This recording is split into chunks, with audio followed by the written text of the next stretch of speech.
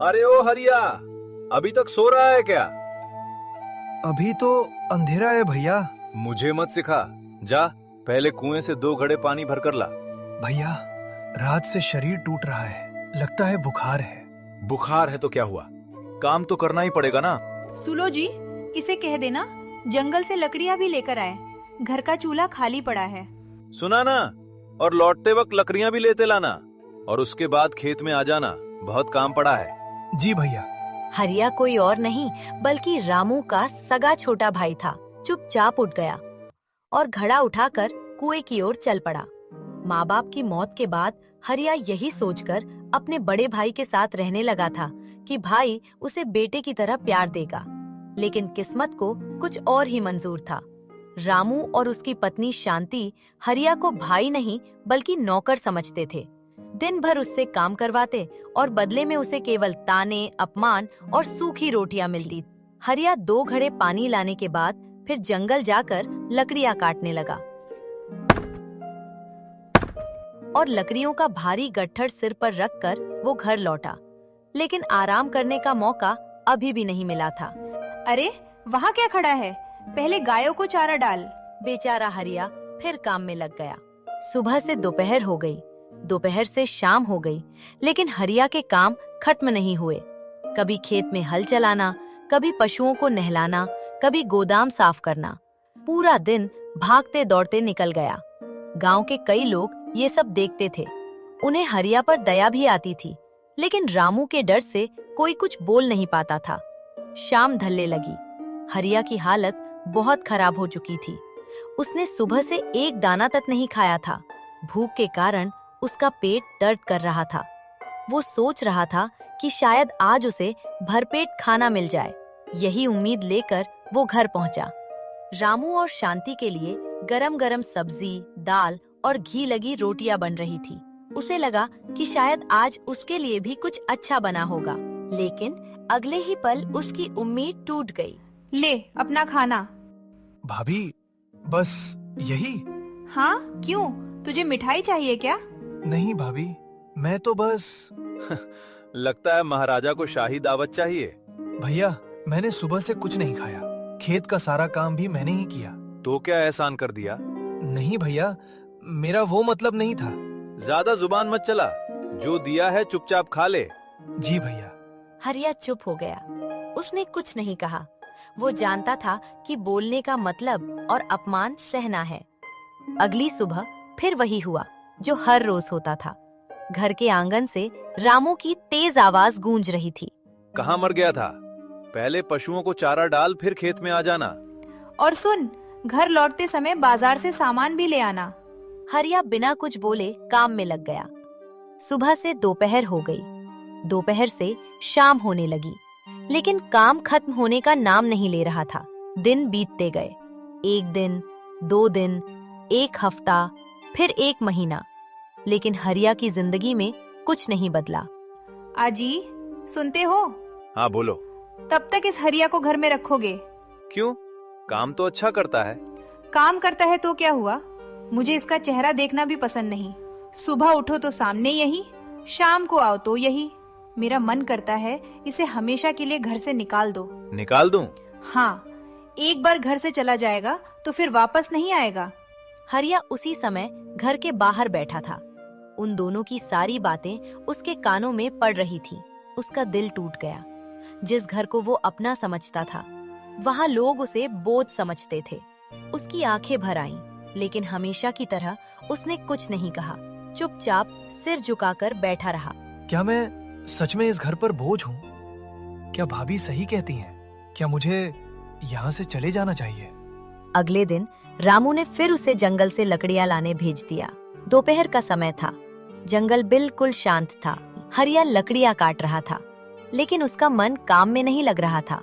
इन्हीं विचारों में खोया हुआ हरिया जंगल के अंदर थोड़ा और आगे बढ़ गया। वहाँ एक बहुत पुराना बरगद का पेड़ था। गांव वाले कहते थे कि उस पेड़ के नीचे बैठकर कई लोगों ने अपनी जिंदगी के बड़े फैसले लिए थे। हरिया थक चुका था। वो उसी पेड़ के नीचे बैठ गया। वहाँ उसे दूर दूर तक कोई दिखाई नहीं दे रहा था, लेकिन तभी उसे किसी की आवाज सुनाई दी। हरिया, हरिया चौंक कर खड़ा हो गया। उसने चारों ओर देखा, लेकिन वहां कोई नहीं था। फिर वही आवाज दोबारा सुनाई दी। जिस घर में तेरा सम्मान नहीं, जिस घर में तेरी मेहनत की कोई कीमत नहीं, जहां तेरे आंसुओं की कोई परवाह नहीं, उस घर को छोड़ दे, अपनी राह चुन, तेरी मंजिल कहीं और है। हरिया का दिल तेजी से धड़कने लगा। वो समझ नहीं पा रहा था कि ये आवाज कहाँ से आ रही है, लेकिन वहां कोई नहीं था। कौन हो तुम? सामने क्यों नहीं आते? लेकिन इस बार कोई जवाब नहीं मिला, सिर्फ हवा की आवाज सुनाई दी। कुछ देर बाद जंगल फिर पहले जैसा शांत हो गया, मानो कुछ हुआ ही ना हो। हरिया लंबे समय तक वही खड़ा रहा। उसके मन में हजारों सवाल घूम रहे थे। क्या ये उसका भ्रम था? क्या किसी ने उससे मजाक किया? लेकिन एक बात उसके मन में बार बार गूंज रही थी। क्या सच में मुझे ये घर छोड़ देना चाहिए? लेकिन जाऊंगा कहाँ? इस दुनिया में मेरा है ही कौन? हरिया ने लकड़ियों का गट्ठर उठाया और धीरे धीरे घर की ओर चल पड़ा। जैसे ही वो आंगन में पहुंचा, शांति का गुस्से से भरा चेहरा सामने आ गया। इतनी देर कहाँ लगा दी? भाभी, जंगल थोड़ा दूर चला गया था। बहाने मत बना। कामचोर कहीं का। भैया, मैं सुबह से काम ही तो कर रहा हूँ। काम करता है तो क्या एहसान करता है? भाभी, मैं तो सुबह से रात तक काम करता हूँ। बहुत सिर चढ़ गया है इसे। सुन ले हरिया, तू इस घर पर बोझ है, खाता यहाँ का है और बदले में कुछ नहीं करता। अगर रहना है तो चुपचाप रह, नहीं तो जहाँ जाना है चला जा। भैया, क्या सच में मैं इस घर पर बोझ हूँ? जुबान गराता है। अगर मुझे पूछो तो इसे अभी इसी वक्त घर से निकाल दो। ये सुनकर हरिया का दिल टूट गया। आज पहली बार उसे महसूस हुआ कि वो सचमुच इस घर में अनजान है।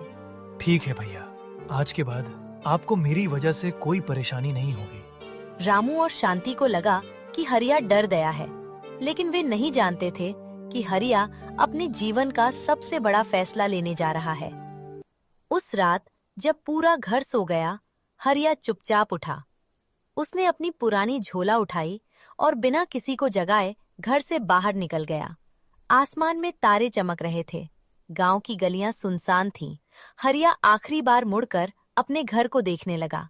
वही घर जहां उसने अपना बचपन बिताया था, वही घर जहां उसे कभी प्यार नहीं मिला। उसकी आंखें नम हो गईं, लेकिन उसने खुद को संभाला और आगे बढ़ गया। हरिया चलता रहा। रात बीत गई, सुबह हो गई। उसे खुद नहीं पता था कि वो कहाँ जा रहा है। उसके पास न पैसा था, न कोई रिश्तेदार। फिर भी वो चलता रहा। कुछ घंटों बाद वो एक दूसरे गांव में पहुंच गया। ये गांव उसके गांव से कहीं बड़ा था। यहाँ बड़े बड़े मकान थे, हरे भरे खेत थे।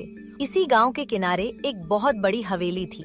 हवेली के सामने 10 से भी ज्यादा गायें बंधी हुई थीं। दूर दूर तक फैले खेत दिखाई दे रहे थे। ये हवेली गांव के सबसे बड़े धनसेठ की थी। उनका नाम था गोविंद सेठ।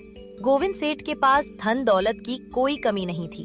सैकड़ों बीघा जमीन, ढेर सारे पशु, अनाज से भरे गोदाम। लेकिन उनके जीवन में एक कमी थी। उनकी कोई संतान नहीं थी, खासकर कोई बेटा नहीं था जो उनके बाद सब संभाल सके।